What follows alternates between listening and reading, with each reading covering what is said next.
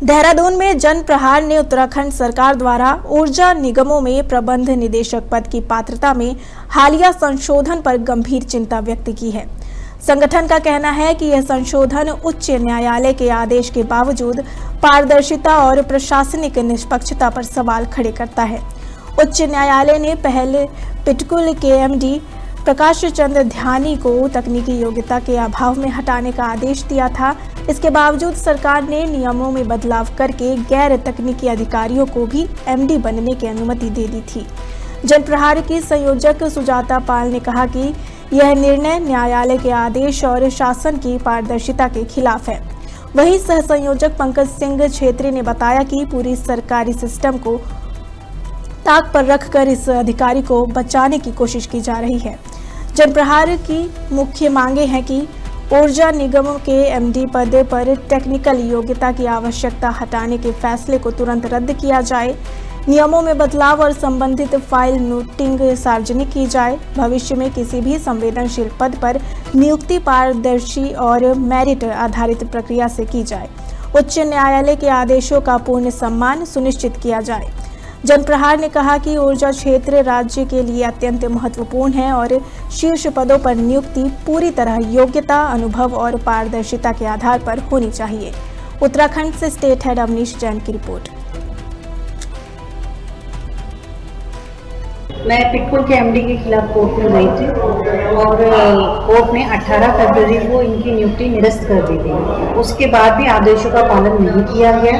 ये ऑफिस में बैठ के निर्णय लेते रहे। उसके बाद तब जाके हमने कंटेम्प्ट ऑफ कोर्ट के लिए ये अर्जी दाखिल करी है कोर्ट में और उन पर ये लग भी गया। कैबिनेट की मीटिंग से पहले ही ये डिसीजन आ गया था, लेकिन इन्होंने ये चीज़ कैबिनेट में क्यों लेके आए कि इनकी ये शैक्षिक योग्यता जो है इसको तकनीकी नहीं चाहिए एमडी पद के लिए और इसको ख़त्म कर दिया। ऐसे तो कोई भी एमडी पद के लिए आ जाए बिना मेरे को रख दो आप एमडी पद के लिए, मैं बीए पास हूँ, मेरे को रख दो आप। वो बीए 3rd डिवीजन पास है, उसको मतलब जिसको इतना ज्ञान नहीं है कि अगर ट्रांसफार्मर खराब हो जाए उसको ठीक कैसे करना है, वो बाहर के किसी को दौड़ के बुला के लाता है। और ये चीज़ हुई है दिवाली से पहले।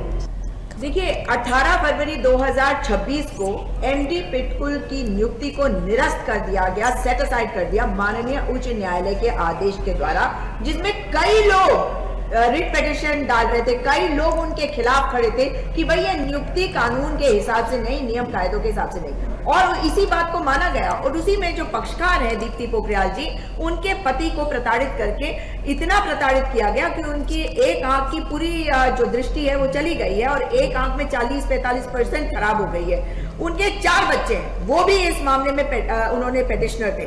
आप देखिए कि उसके बाद हमने ऑडिटर से कहा कि इनके कार्यकाल के जितने निर्णय हैं उनको आप देखिए कि उसमें ऑडिट करिए।